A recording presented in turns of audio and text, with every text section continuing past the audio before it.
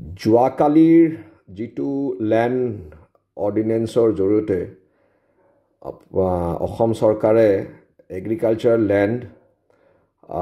industrial পাৰপাছৰ কাৰণে conversion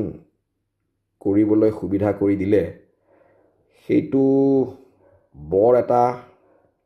সুবিধাৰ কথা নহব এইটো যিটো আমাৰ টেনেন্টস অফ টেৰিটৰিয়েল সিকিউৰিটি আমাৰ এথস completely এই বস্তুটো ডিফিট কৰে clause 6 of Assam Accord upholds certain indigenous rights for the Assamese people কা হোৱাৰ সময়ত গভৰ্ণমেণ্টে ষ্টেটমেণ্ট দিছিল কি আমি ল্যান্ড ৰাইটস ইণ্ডিজিনিয়াছ মানুহৰ কাৰণে এনশ্যোৰ কৰিম কিন্তু যোৱাকালিৰ অৰ্ডিনেন্সটোৱে কমপ্লিট এটা ইউ টাৰ্ণ লৈ উল্টা কথা কয় এই অৰ্ডিনেন্সটো যদি পাছ হয় অসমৰ মানুহ অসমৰ যি বায়োডাইভাৰ্চিটি আছে গোটেইবিলাক will be put at risk আমাৰ যদি ভেটি আৰু মাটি নাথাকে আমাৰ জাতিয়ে কি কৰিব ইণ্ডাষ্ট্ৰিয়েলাইজেশ্যন হ'ব লাগে এটা ষ্টেটত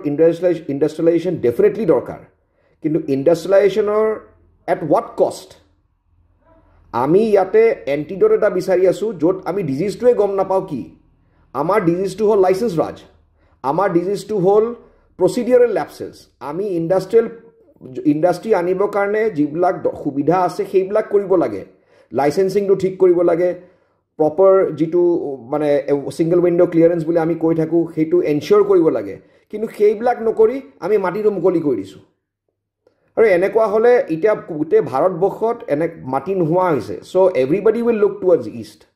কিন্তু ইষ্টত লুক কৰাটো মানে এইটো নহয় কি আমাৰ অসমীয়া মানুহৰ অস্তিত্ব নোহোৱা হৈ যায় আমাৰ আইডেণ্টিটি নোহোৱা হৈ যায় এই বস্তুটো যদি আমি এতিয়াই যদি আমাৰ জাতীয়তাবাদী যিটো